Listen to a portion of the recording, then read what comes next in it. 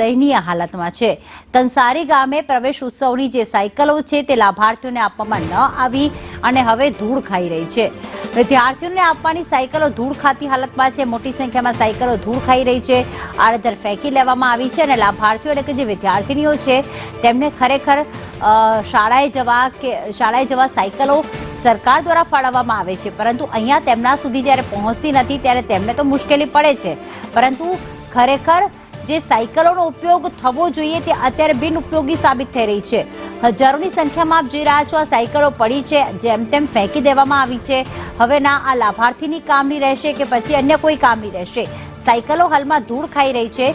પ્રવેશ ઉત્સવ સમયે વિદ્યાર્થીઓને સરકાર દ્વારા સાયકલ આપવામાં આવે છે, પરંતુ કેટલાક બેદરકાર અધિકારીઓ દ્વારા, સંચાલકો દ્વારા લાભાર્થી સુધી આ વસ્તુ પહોંચાડવામાં નથી આવતી અને થાય છે એવું કે તે આવી રીતે ફેંકી દેવામાં આવે છે, પડી ધૂળ ખાઈ રહી છે, તેના રંગ પણ ઉતરી જતા હોય છે અને પછી તેને કોઈ લે પણ નહીં એવી હાલત તેની થઈ જતી હોય છે। આ એક કે બે સાયકલોની વાત નથી, પરંતુ આપ જોઈ રહ્યા છો લગભગ આ આંકડો હજારમાં જઈ શકે છે કે એક તરફ વિદ્યાર્થીઓને શાળાએ જવા માટે સાયકલની જરૂર પડતી હોય અને એવા સમય તેમને આપવામાં ન આવે અને આ રીતે ફેંકી દેવામાં આવે છે। કંસારી ગામના સરપંચ ચંદુભાઈ જે અમારી સાથે જોડાઈ ગયા છે। ચંદુભાઈ, આજે સાયકલો અત્યારે ધૂળ ખાઈ રહી છે, શું કંસારી ગામની વિદ્યાર્થીનીઓ માટે જ આવી હતી?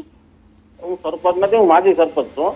જી જી ચંદુભાઈ, જણાવશો આ સાયકલો કેટલા સમયથી ધૂળ ખાઈ રહી છે? લગભગ વર્ષ દિવસ થઈ ગયું।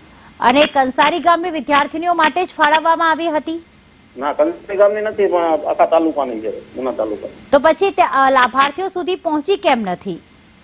કઈક મટીરિયલમાં કઈક ખામી છે, એટલે કઈક જે વાપરવાનું હોય એ કઈ ન વાપર્યું એટલે રિજેક્ટ થયેલી। બધી સાયકલોમાં મટીરિયલમાં ખામી છે? કોના દ્વારા લાભાર્થીઓ સુધી પહોંચાડવામાં આવે છે? આ સત્તા કોની પાસે હોય છે? તો જિલ્લા કલેક્ટર થી હોય ને। જી, સરકારે દીધી હોય ને।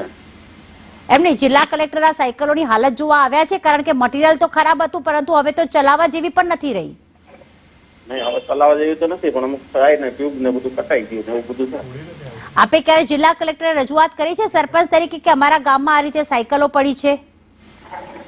એમાં એવું છે, આપણે સમાજ કલ્યાણ માંથી આપતા હોય ને જી, સાયકલ નું જે કઈ થતું હોય સમાજ કલ્યાણ અથવા એમાંથી આપતા બહુ ખ્યાલ નથી, તો સરકાર દ્વારા જે કઈ હોય એ લોકો વિતરણ કરતા હોય।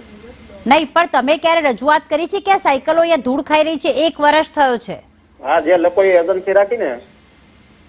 ઠીક છે, આભાર ચંદુભાઈ સંદેશ ન્યૂઝ સાથે વાત કરવા બદલ।